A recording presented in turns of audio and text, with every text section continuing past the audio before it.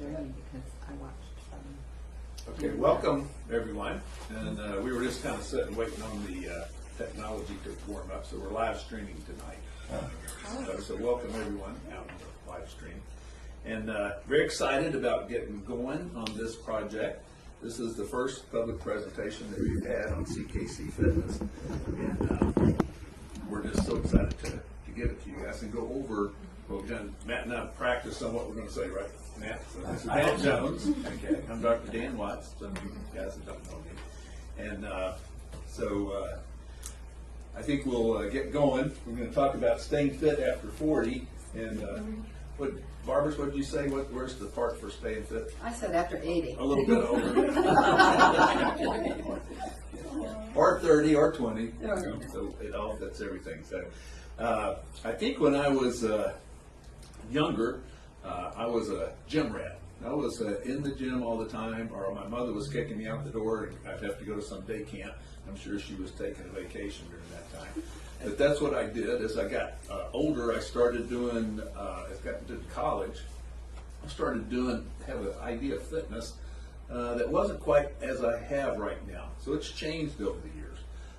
I had a fitness idea that if you get muscles, if you do enough curls, that you can get a nice muscle and maybe show off around the pool. So we used to call that the gym muscles, and the workout muscles. And I wanted to look like Arnold Schwarzenegger back at that time. He was my hero. And as I got older, I got into medical school, and then we started talking about fitness. At that time, we kind of took a fitness idea of pathology. You know, if you broke a knee or you sprained a knee, that you could go and get your knee braced, and then you maybe do some physical therapy and you would be okay. Or if you sprained your ankle, you get it wrapped. Or if you broke your hip, you just go get a pin, something in your hip. Or your back, go get your back fixed. So I thought, oh, well, being fit is just going to get things fixed. What I found out was that model, as I got older and got more into general practice and then OBGYN and then general surgery and then more into integrative therapy, I found out that model really does not keep you fit. What I noticed was that the body kept getting broken down. We kept breaking up. So I started thinking there must be a way in which we can, or a method in which we can keep our bodies fit and maintain health and fitness throughout our lives. And that's when we came upon this CKC Fitness. Been working with a friend of ours who I'll go over a little bit more, and Sherry and I have worked with him. How many years? That's my wife back there. 20 years since we've worked with Dr. Luedeka. And in my estimation, he's a genius. And the concepts that he came up with tonight are genius in itself. You may not get it the first time around. It took me about a year. And as I said, I've been with this for a long time. So we're going to try to simplify it for you, bring it in a concept that hopefully you guys can understand. How does this work? And so we're going to look at this. So I'm going to talk about the problem. We'll talk about youth and fitness, aging and fitness, what happens as we get older, what are kinetic chains. How many of you have heard of closed kinetic chains? Raise your hand if you've heard of closed kinetic chains. Heard? Okay, good. Okay, well, Matt for sure has. He's the expert here. Okay. So what are they? Then Matt's going to talk about the solution, the medical fitness model that we're promoting here in the CKC Fitness. And so just to bring you up to speed too, here at the Renewal Point, we advocate 4 cornerstones of fitness. This is what we go on, something very simple. We believe that if you will stick to these 4 cornerstones, that you can have fitness, maintain fitness throughout your life. They are hormone balancing, which improves energy and sleep, sexuality, endurance, bones, strength, muscle and joint, mental health, especially for mental health. We've been finding out that if you've read anything on brain health lately, we've been finding out that hormones are so important for us. Nutritional health. So nutritional deficiencies contribute to weight gain, depression, anxiety, heart disease, Alzheimer's, aging. Physical conditioning is what we're going to be talking about tonight. And the right exercise, we're going to talk about what is the right exercise. Plays a role in our current health and outcomes, adding years, if not decades. And we're going to talk about toxin elimination. So what do toxins have to do in our environment? We won't talk about that tonight, but I have other presentations if you're interested in what they have to do with us. Tonight we're going to focus just on physical conditioning. So this is a little test. Which one of these guys do you think is actually staying fit? Anybody? This guy over here, it may be more clear if you found out that guy, okay, right over here is 64 and this guy's 46. Okay. Look at this. What is anabolism and what is catabolism? We're going to talk about that. This man is already going through catabolism. His body is running down. Okay. This man over here is going through anabolism. At 64, he's still staying vim and vigor, good vitality, blood work is good, and he's enjoying things better. He has less depression, less health problems. And so what would you think it would take for a person to do this? For a person to stay fit? The four cornerstones, and that'd be right. The four cornerstones would be the thing. So one of the things would be fitness, or one of these things would be conditioning and doing the right exercises. I always thought this guy should maybe find a new barber. He might even get a little bit of help from that. You know. So what does it? How does this happen? How do we get into catabolism? How does our body run down? Well, aging can run our bodies down. So just pure aging. So this is a well body. This is a fit person, probably in his 30s, okay? You go through a timeline at which you will start establishing a rundown of your body. This is called catabolism. And sometimes these aches or pains or stiffness or muscle wasting that we start seeing in our earlier years will start adding up. And then all of a sudden we'll end up like this, okay? With arthritis, sciatica, aches and pains that are chronic now and disabling, and now we can't get along. We can't do things that we used to like to do. We're either on pain medication or our brains start going out and we get Alzheimer's and then we're down the tubes. The wear and tear of time and injuries add up. And so a lot of these aches, pains can be early signs of catabolism. So we want to find out how to fix the body back. Can we maintain that? This is what it would look like in pictorial. And this is trying to stay optimal performance or staying fit at any age. This is a young kid. We're going to look at what happens when we're younger, a little bit older, the 20s, 30s, as we get older. Okay, who is this right here? Tina Turner. Okay, she's 75 in this picture right here. Okay, and she's still going strong. This is a person 85 in the gym. Who's this? That's Jack LaLanne. Jack LaLanne passed about 3 years ago, from pneumonia. This is when he's 95 years old. It's right here. Okay, he's actually doing a TV commercial in that picture right there. So I'll put him up as one of the top guys for maintaining good health. And guess what, Jack LaLanne, because I've read some histories of his, how he accomplished that. What do you think he did? The four cornerstones, by the way. Okay, this would be the other way. Look at the pictures. By the way, they're lined up. This person is 82, I think. This person's 84. All right, right here.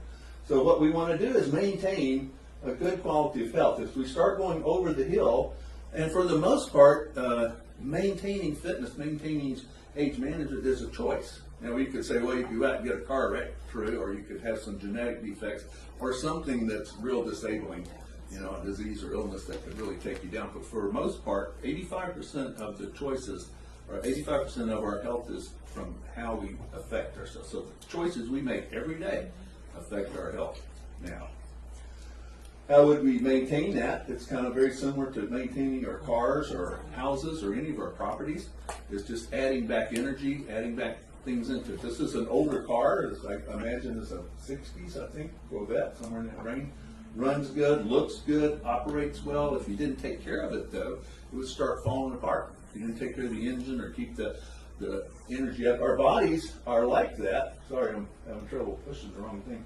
Our bodies are like that too. In a car, you can change the carburetor. These guys have carburetors. You can change the tires, wheels, and chassis. You can do everything. In a body, you can't exactly do that all the time. If our heart breaks or brain breaks, sometimes that's it. So we're very much more sensitive than a car. So aging causes degeneration of our bodies. Our bodies become catabolic. If we don't add energy or if we don't maintain it, it will start going downhill. It's for sure. So upkeep is required. So we're just talking about what that upkeep is, okay? Right exercise program will protect you from aging, okay? If you could just sleep like that or have the body like that, you know, that's what we want to try to do. But there's a lot more about the right exercise program. It decreases chronic disease, it increases energy, aerobic capacity, heart muscle, increases metabolic rate, lean bodies, decreases energy, burns calories, increases balance. It balances the hormones in itself. It relieves anxiety, depression, stress, improves sleep, and slows telomere shortening. What does that mean, slowing telomere shortening? You might want to answer that. What would that mean? You know, Bill? Well, we have telomeres in every part of our body. Right. And they become shorter as we age. That's correct. And there seems to be some way to make them come longer again. Yeah, exercise. That would be one of those ways. Uh-huh. Bill is absolutely correct. So our telomeres are parts of our genetics, and they tend to unravel as time goes, as we tend to duplicate or as our cells divide.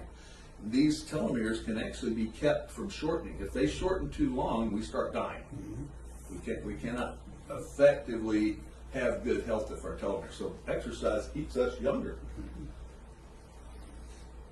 So what kind of exercise is best? You might want to say, what do people do here in this room? Cycling. Cycling, okay. Yoga. Yoga, Weights. okay. Anybody else? I like walking. Walking, okay. So every exercise is good for you. I will say that right off the bat. There's absolutely nothing wrong with any exercise. These exercises up here that I've put up here, biking, jogging, swimming, most of these exercises are what we call open chain, or these tend to tear us apart. So these exercises do nothing to help keep our integument in shape. So our muscles, bones, fascia, and everything are what we call kinetic chains will not be affected by these exercises yet. By the way, I do all these. I've done every single one, love all these things. I love exercise and do them all. But what we want to show you is if you're not doing closed chain kinetics, then you're tearing your body apart. So when we're younger, we don't have to worry about too much, okay? Youth and fitness, we're very agile, energy, resilient. You can do about any dadgum thing that you want to your body, and it'll probably heal back. You can bend it, stretch it. You know, if you ever watch kids play, I go with my granddaughter, go bike ride. She's 4 years old, and she'll just go out there and say, "Don't go into the sand. Don't play on the side of the road." She'll be right there, you know, where the sand, where the side of the road goes down. She'll fall off. She'll pop right back up. Zoom. I would die if I fell off onto the side of the road. She just right back on. As you get older, in our 20s and 30s, we still retain that resilience, but we get stronger. So we have increased strength, energy, agility, muscle mass, and we're able to do a lot of different exercises as we get older. That starts changing as we age, okay? And life starts getting in the way. Wear and tear soon starts adding up. And we start getting minor aches and pains and stiffness, which can become chronic. And so we start accumulating these joint and muscle stiffness as we get older. And life can get in the way in certain ways. You know, certainly having a baby is a good thing, okay? But it takes it out of a woman. So having a baby can really start that guy here that runs and sprains his ankle. I've had sprained ankles, my goodness, knees, shoulders, everything. All works all along the way. And that's what happens if you continue to exercise. Back pain starts up, okay? And so life starts getting in the way. And then medical problems, as we get older, start accumulating. And medical problems both cause and are a result of inflammation. So they cause inflammation and the result of inflammation and breakdown in the body, okay? Sometimes they're self-induced. What's this? Medical problem. Drinking. How about this dude? I tell you, that actually looks pretty good to me. I know, that sounds terrible. Yeah, some kind of, I don't even know what, chicken, It's fried. fried something. You know, Bob would go for that too.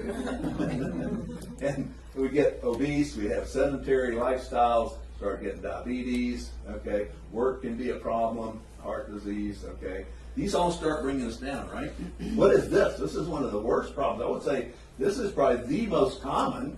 People say it's heart disease. I think that's the most common disease we got. What is that? Sit-itis. Sit-itis. Sit-itis.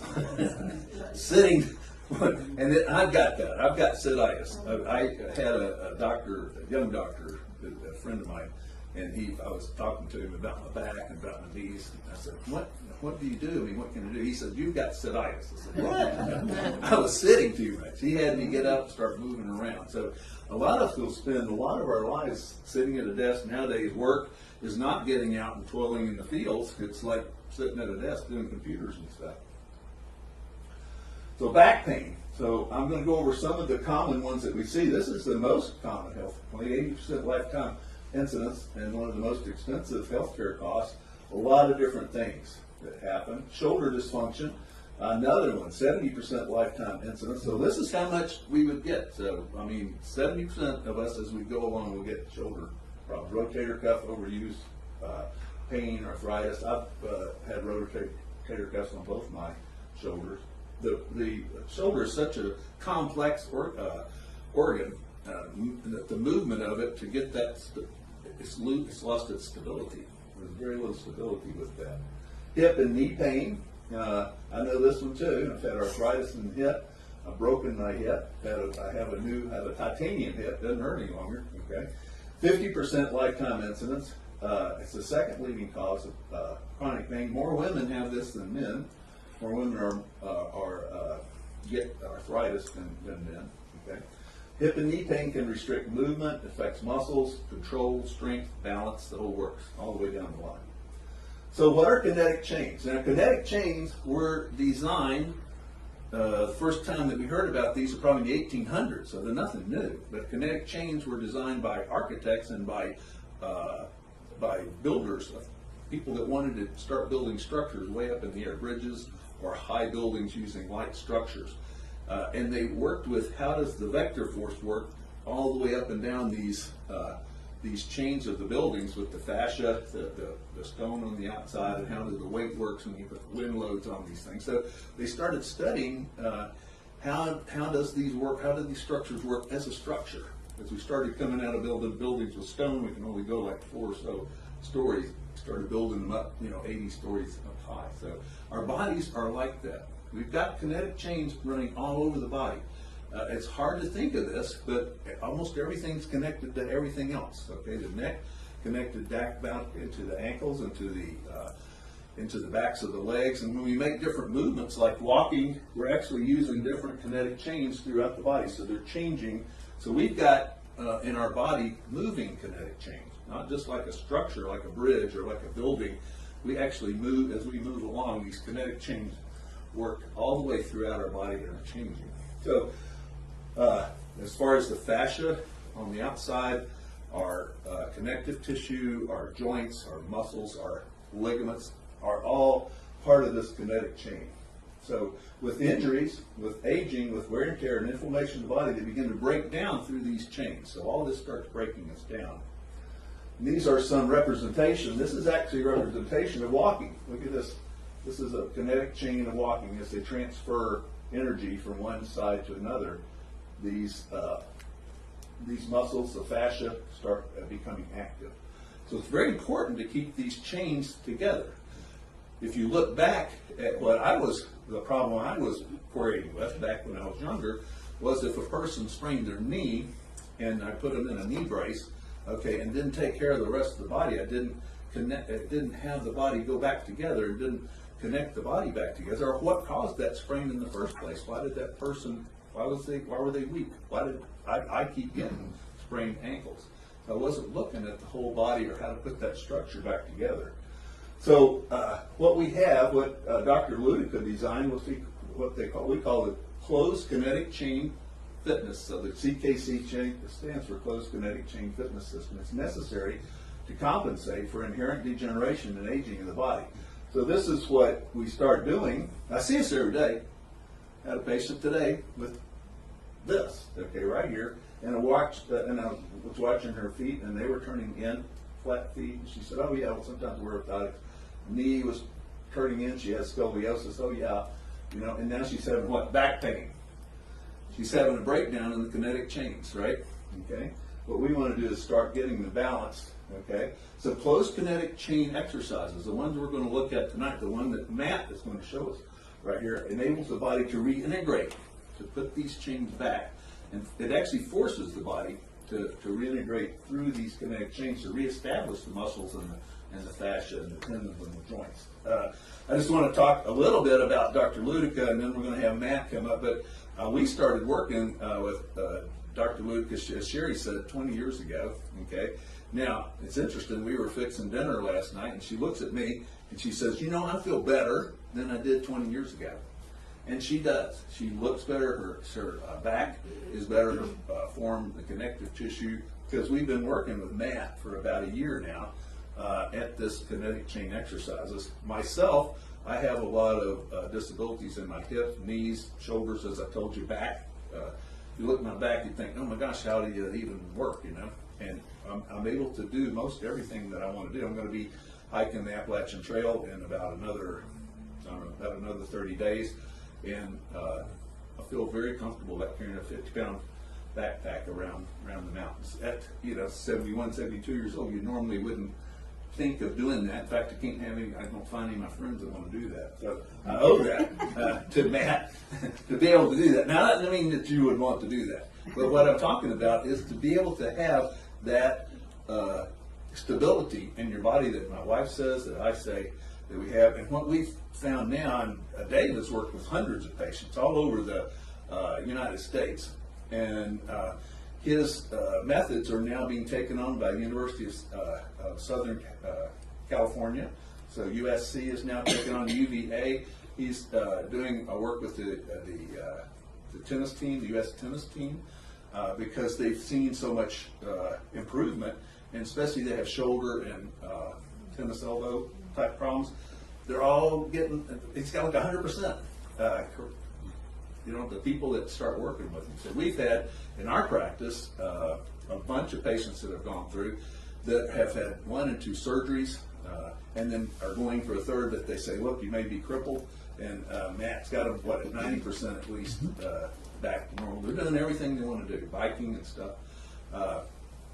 And the backs, the knees, the things that we've been able to see. So that's why I'm so excited. It's the results that we're getting in the patients, and so we're just so excited to have this program that we can offer to you guys. So I'm going to introduce Matt. Now, Matt, you come up here. Matt is the protege. My whole objective is to look like this guy, and so far I'm not doing so great with it, but I'm going to get there one day. So, yeah, Matt has been working with Dr. Luedeka for over a year now, and he is the expert here in this office on this presentation on the CKC fitness. And I go to Matt. I work out with him 3 times a week. Sherry works out 3 times a week with him, and I'd say, I don't know, I felt better, but I was like maybe 30 years old, 35 years old. So to be able to tell you, that that's so. Just the fitness that you can get from working out this way.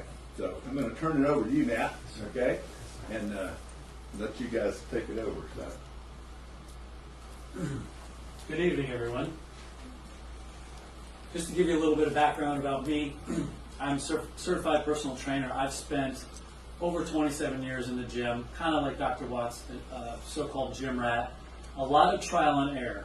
And I also do the CKC fitness system, and I'm not going to tell you how old I am, but I do feel better now than I did in my mid to late 30s, and that's because of the CKC fitness system.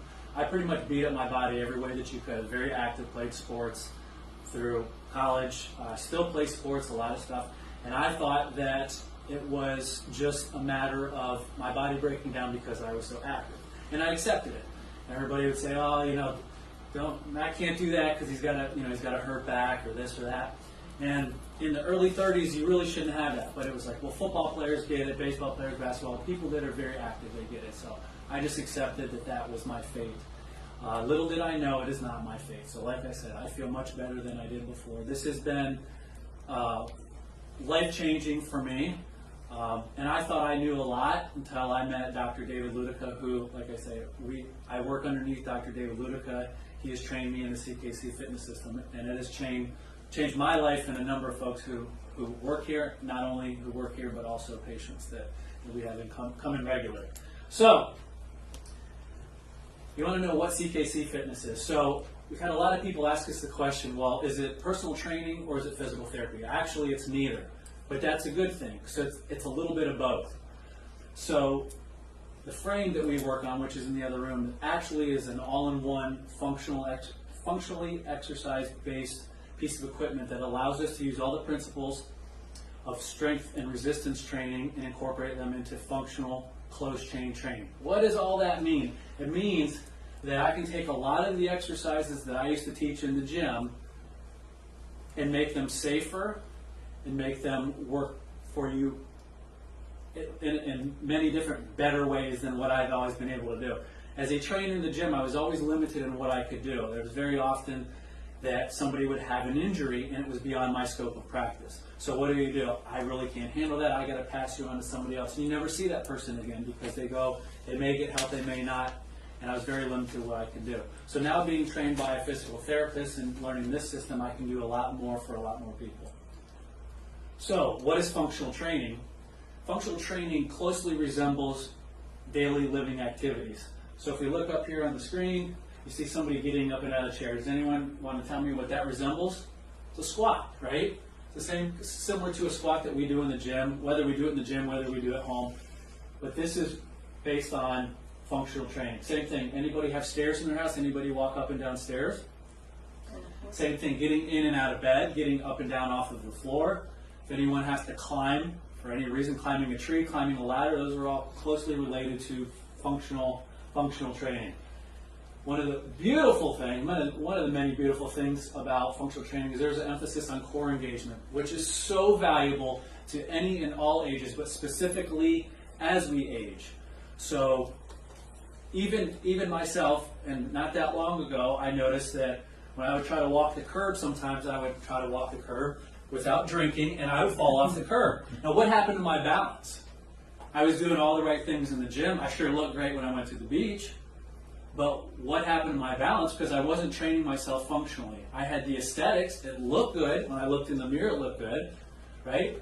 But I wasn't working on my core the way that I should when it comes to bearing weight. So every time you guys get up out of a chair and do anything, we're all bearing weight. It's very different than when we're in a gym or at home and we're sitting on a stool, sitting on a bench, lying on the floor. It's very different when we're bearing our own weight. So how does all this come to be? This ties back into what we were discussing with Dr. David Luedeka. He had a physical therapy clinic here in Sarasota in the early 2000s, and he was finding that the system was failing. There weren't enough people that were getting better, and it wasn't necessarily his methods, it was just kind of the problem with physical therapy as a whole. So people had rotator cuff issues, they had low back issues, they had knee issues, and they just weren't getting any better. So he said to himself, all right, why is this happening?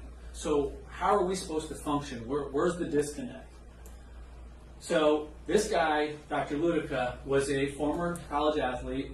He was a personal trainer, also a physical therapist. Again, he's thinking, why? Why does this keep happening? Why aren't people getting better? That's him actually doing push-ups right here. This is resisted push-ups on the frame up in Virginia. So tying back to this kinetic chain, he was looking at how do we function. So each and every day as we walk, we're coming in contact with the ground. We may take a step, we might walk over something, we might step on a ladder or a step stool, but we're always in contact and we're not pushing the earth away from us. If I'm walking or take a step, I'm not pushing the earth down. I'm stepping up and moving my body weight. If I decide to climb a tree, climb a ladder, climb a rope, I'm not going to pull the tree down. I'm not going to pull the top of the rope down. I'm going to pull myself up. So that's the way that our body functions. So the solution to how we function is the CKC fitness trainer, which maybe you might have caught an eye of in the other room.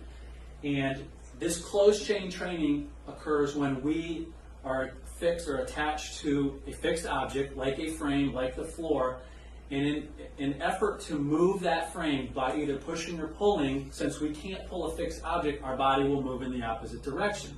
Therefore, that is closed chain training. So a good example, 2 back exercises that are a little bit different. We have a closed chain pull-up. So the gentleman who's hanging from a bar is not going to pull the earth down or the frame down to him, but what's going to happen is he's going to pull his body weight up. That is an example of closed chain, where the same muscle groups that we're working, which are the back muscles and the bicep muscles, now are in a lat pull down. So now the spine is supported, there's no core engagement, and they're going to pull the stack down. So this is the difference between open chain and closed chain. Core is engaged, pulling one's body weight. Core is not engaged, supported by a seat, not so much activation. So in this attempt to prove his many theories and much of his research, Dave was involved, or is involved, in a clinical 2-phase trial at the University of Southern California with 15 patients with full rotator cuff tears in need of surgery. So these are people that were in need of surgery. They opted out of surgery, hoping to get some good results by using the CKC fitness system. In that clinical trial, 100% of them had clinical significance of improvement, which is unheard of. It's absolutely unheard of. And this is by using the functional training system created by Dave, which is that CKC fitness system. That's him at USC, where they've got the frames set up there over at the University of Southern California. So why choose this? There's a lot of things that are out there. I've tried just about everything that there is. Having the frame in the other room, we work with elastic bands. The beauty in these elastic bands is that allow us to either offset your weight, make you lighter, or increase resistance to make it more difficult. So one of the many problems that I had seen for a long time in the gym was when somebody would attempt to do something and they either physically didn't have the strength to do it or there was pain associated with it. So what do you do with a client? What do you do with the patient? Do you tell them, I'm sorry, I can't help you? That was one of the things that I was handcuffed in. So now with these bands, I'm able to give that assistance where I'm able to show somebody how to do a proper exercise that either reduces either dysfunction, either reduces pain, or it allows them to do something functionally correct that they were no longer, or they were never able to do. And what's really moving to me is some of this with the assistance is to give a lot of people hope that didn't have hope. And I've worked with people here that some didn't ever work out, some had wanted to, but were either embarrassed or shy or scared because they couldn't do a whole lot of anything. And you can take somebody who's never been able to do a push-up or a chin-up or step onto a step without holding onto a rail, and you allow them to do that independently. It's very moving. It's a very powerful feeling for both me and that patient. So we've been able to change a lot of lives.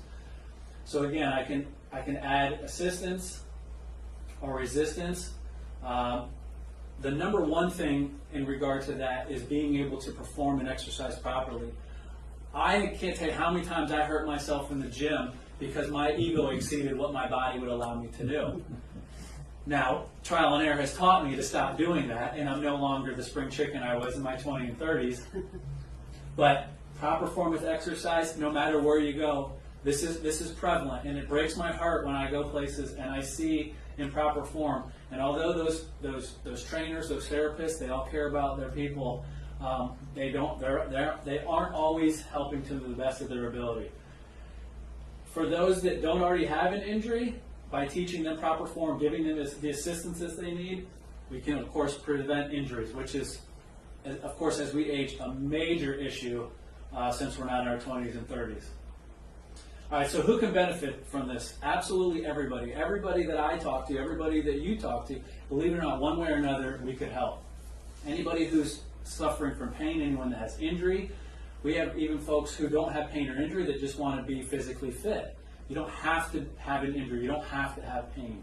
I'll tell you that a lot of these people will tell me that if they're just trying to improve their overall fitness, this is a little more challenging than some of the other things they've done, but that's good. That's good. We've had people who, I don't know if you've heard the statistic before, but 50% of the people that will join the gym will quit in the first 6 months. It's hard to stick to it. If you don't have the right program, the right people, the right situation, it's hard. So this is a fantastic program that you're going to have a ton of support from here at the Renewal Point in CKC. Here's a big one, looking to gain stability and balance. Especially, again, I can't emphasize this enough. As we age, stability and balance are so important. None of us want to be somebody who falls and gets hurt. We don't want to even think about somebody that we know, and I've had loved ones who have fallen and been hurt, and this is one of those things where we can do something about that now. And again, you take me a couple of years ago, again, I was trying to walk the curb and I couldn't keep myself balanced. How is that even possible? Somebody in their 30s, as fit as I could, because again, I wasn't working the right way. So here's an example of just how dynamic it is. We've got 92-year-old grandma working here on the CKC fitness trainer, professional Redskins cheerleader, and an individual with Down syndrome. So it works for everybody. We've got John Freed, who is a former #1 Special Olympic tennis player, and Mitchell Frank, who was a former college tennis player, now is a current professional, also worked on the CKC fitness trainer. So let's take a deeper look and really look at why. So I know a lot of people who are looking for answers to their own health. And a lot of times, unfortunately, they go and they get answers to symptoms, or they try to treat the symptoms. Well, we go beyond just the symptoms. Why does something hurt? Why are we out of balance? Why is our body not working the way that we want it to? So we're really looking at that why. So we start with the feet. And we've had quite a number of people who have gone through physical therapy and different professionals and never had anyone look at their feet. Now, what's important about the feet? Does anybody know why we have an arch to our foot? Any guesses? It's essentially a spring. If you think about driving your car down the road and you go over a couple bumps, a pothole, a speed bump, you got shocks and struts that are going to absorb that. If not, that's when you see parts falling off. You see the muffler fall off, you see the rust falling off the back of the pickup truck because something is going to take the brunt of it. So that arch is for holding up our body weight and springing that energy back through the body. So what happens when we get a flat arch? That's not so good. So here's an example of eversion, which is overpronation when the foot rolls inward. And I bet you if we took all our shoes off, we'd find more than half the people have a little bit of this in their feet. So why is that important? It's a really good question. I'm going to answer in a second. We also look at the big toe. It doesn't necessarily mean just because that's red there that that's painful, but toe's not supposed to go that way. The toe isn't supposed to go that way. So these are a couple of things that we look at right off the bat. Now this may look strange to you. This is a foot, what's called subtalar neutral. There will be a test. You will need to know the answer to that. But this is a picture of a very strong big toe and a very nice arch. And what's that do for us? That gives our foot and our body stability and balance. So this, believe it or not, is something that we focus on, which is pretty incredible. So why those two are so incredible? Because if we start with the foot and we've got a flat foot or we've got a big toe that's not where it's supposed to be, and usually a bunion or when that big toe turns is because of a weakness or a flat foot. And what happens when that foot goes in, guess what follows? We talked about the kinetic chain. It's a domino effect. So if we're trying to build a house, we build from the ground up. And if I want to blow up that building, I blow up the bottom floor and the rest falls down. So that foot rolls in, that knee turns in, then the hip drops. Next thing you know, we've got scoliosis, which is a curvature of the spine. Shoulder drops. Now we've got all sorts of issues, and this all comes from flat feet. And I see people on a weekly basis that don't even know that they've got scoliosis. They didn't even realize that what an impact their feet were. And a lot of them assume that there's nothing that you can do about it. Well, this is an example of what we can do for the feet. So that's pretty incredible. So if we talk about spinal stability, so we're going to go up the kinetic chain. Anybody ever see these postures before?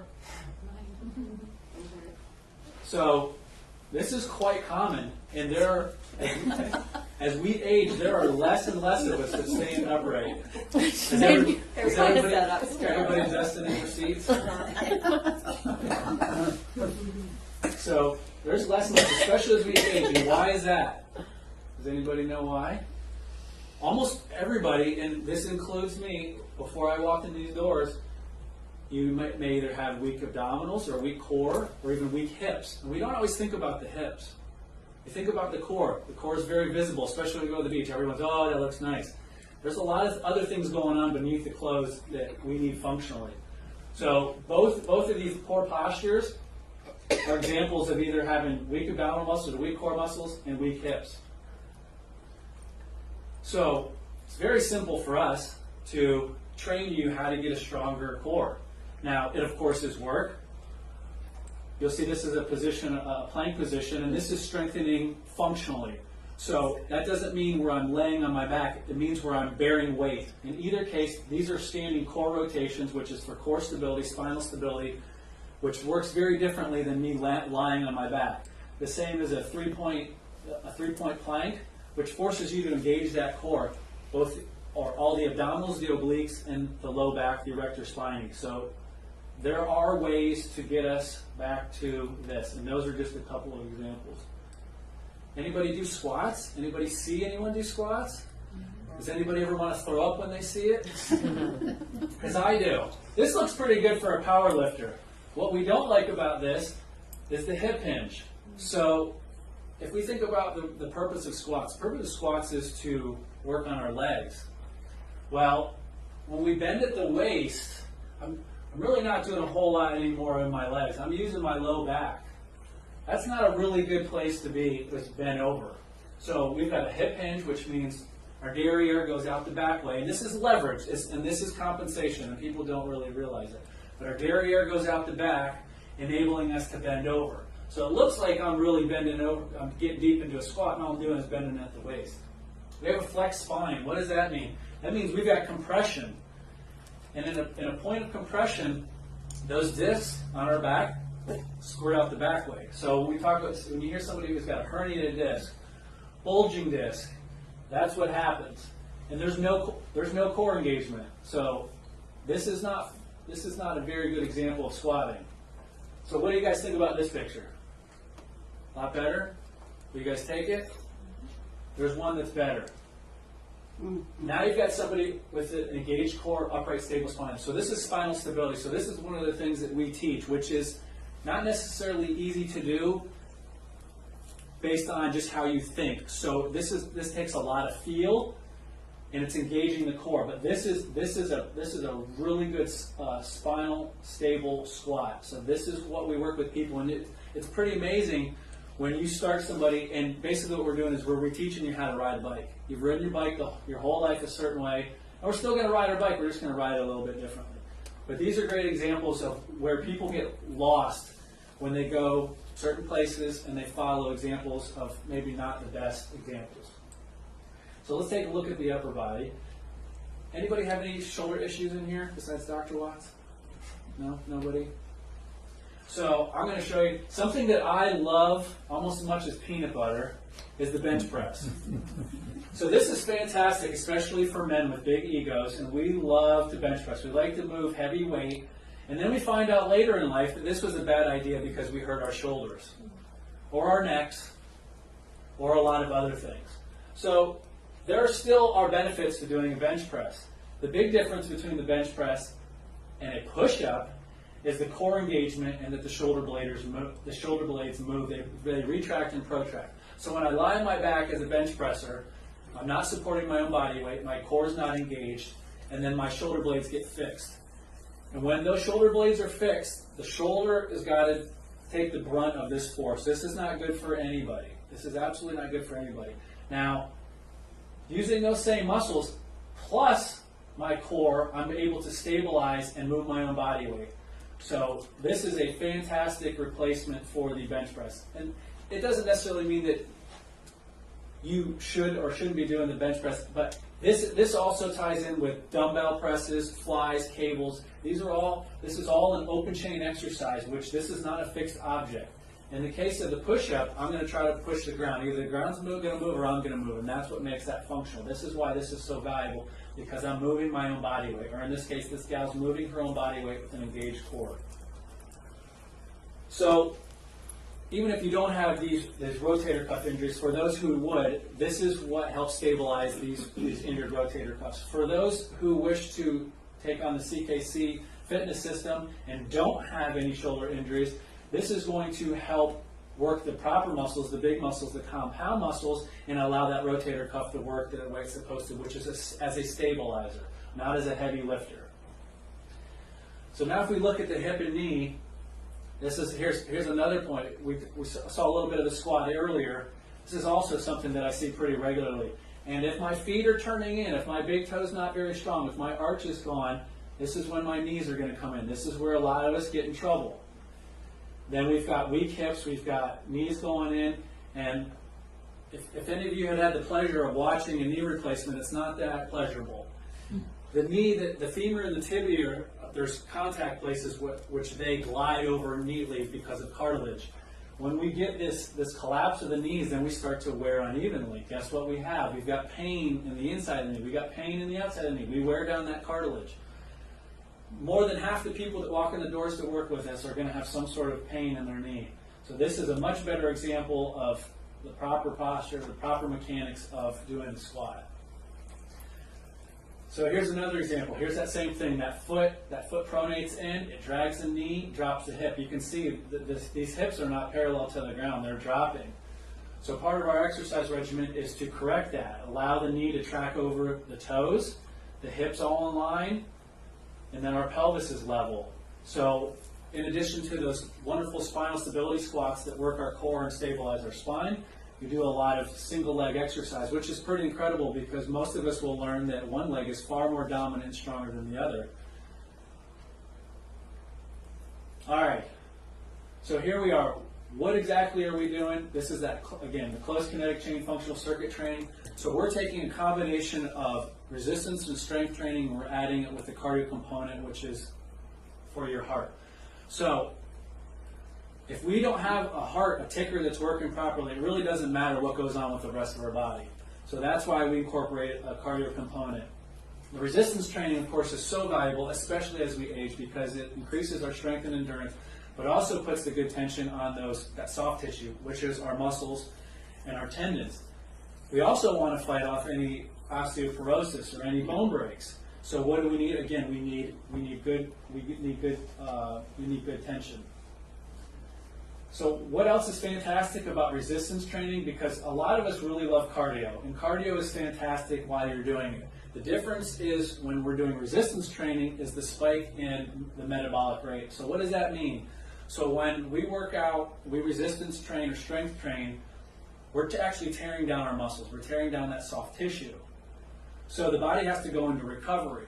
So to give you an example, after I bust my butt making my workout, or Dr. Watts does, after we've eaten, we go to sleep, our body recovers. So while we're sleeping, while we're resting, while we're not doing any activity, our body is repairing that muscle. So it's a constant metabolic cycle of build up, tear down, build up, tear down. That takes energy, and energy is burned by burning calories. So the cardio component is, again, wonderful. Cardio by itself will burn while we're doing it, but once you stop, the calories stop burning. So this is a combination of the two. Okay, so we got a couple people, some really fantastic examples of people who have come in here. Mr. Jim was mid-50s, very active guy, big sports guy. He fell off of his bike and tore his rotator cuff. And this is long before we started doing this here. So he had rotator cuff surgery. They put him in a sling 6 weeks. And within a year, he had terrible neck pain. So what do? They operate on his neck. So he has a first neck surgery, does nothing. He has a second neck surgery, also does nothing. So he came in to see us, and within an hour of talking to Dr. Luedeka, we determined that the sling that he wore from his rotator cuff surgery had actually caused instability in his neck. They were going to go in and sever the muscles in the nerves. They thought he had thoracic outlet syndrome. So he was scheduled for a third surgery the next day, and we stopped him from having to do that. So now you see, here's Jim doing chin-ups on the bar. So what was really incredible with him was his whole outlook on life. It gave him hope. I mean, to cancel a third surgery, which the doctor told him that we don't really know if this is going to work. I know Jim. I'm like, oh wait, that's Jim. So there's Jim. I know him. So they actually told him, we don't know. And you're right. He told me the whole story. They couldn't tell him that it was going to work. They were hoping. So surgery 1, we hope. Surgery 2, we hope. So we're going to have surgery 3. So his disposition, his presence was different when he walked in the door. He came in and he was a different guy. As you can read, so he had neck spasms, he had pain. He also didn't know that he had scoliosis, but we were able to balance him out and give him his life back. So Jim's exercising, he can ride his bike. The biggest thing for him is that he doesn't have that neck pain and those neck spasms. And it was actually a result of a surgery that was completely unrelated. So talk about the kinetic chain of how that domino effect affects different people. He's a great story. So then Miss Terry, we had Miss Terry. Miss Terry was a really fun gal. She self-proclaimed unathletic, terrible at sports, didn't exercise, no balance, aloof, clumsy, you name it. When she was in school, never got picked for a team. So she really was just seeking information on how she could fix her knee. So she had a meniscal tear in her right knee, thinning cartilage. Again, she wasn't exercising, so what she didn't want to have was surgery. So here's Miss Terry, and this has become our poster child. Mid-50s, never done anything, and here she is pulling up her body weight on the CKC fitness frame. So what she didn't expect, she was hoping to get her knee better, but what she didn't expect was just how much stronger she was going to get, how much better she was going to feel. Her quality of life had increased, and also, of course, she wasn't going to have knee surgery. So it was very surprising to her. She overall had gone down about 15 pounds of weight. She was wearing clothes that she hadn't worn in a long time, and her husband became afraid of her because she turned into a vampire. So she was pretty incredible, and very rewarding to give somebody their life back who was pretty much destined to think that all I'm going to do is have a knee surgery. So here's Miss SW, and at the time, Miss SW had herniated 4 out of 5 discs. This is serious back stuff. This is not your everyday run-of-the-mill. 4 out of 5 lumbar discs following a traumatic injury. Severe osteoporosis. So these by themselves are big enough problems. Just that one herniated disc is bad enough. 4 out of 5 severe osteoporosis, scoliosis, and doesn't want to have surgery or get on pain meds. So Miss SW, yes, can you believe it, has been working on the CKC fitness frame, and now, of course, it says that she feels better than she did 20 years ago. She'll be forever grateful. So these are lifetime changes, and there are many patients who would tell you, who have walked through here. We've got plenty of staff who it's changed their lives, and I can attest to it as well. This has probably been the single biggest influencer of my physical health that I've ever come across in my life. And the test, remember I asked you a question earlier, whoever answers the question gets the puppy. Oh, I'll take that one. Everybody loves puppies. Do we have time for questions? Before the questions, Matt, I want to remind everyone to fill out that seminar evaluation form, and we'll collect it then when the question and answer period is over. But we'd like to have you fill that out because your input is so important to us. Thank you.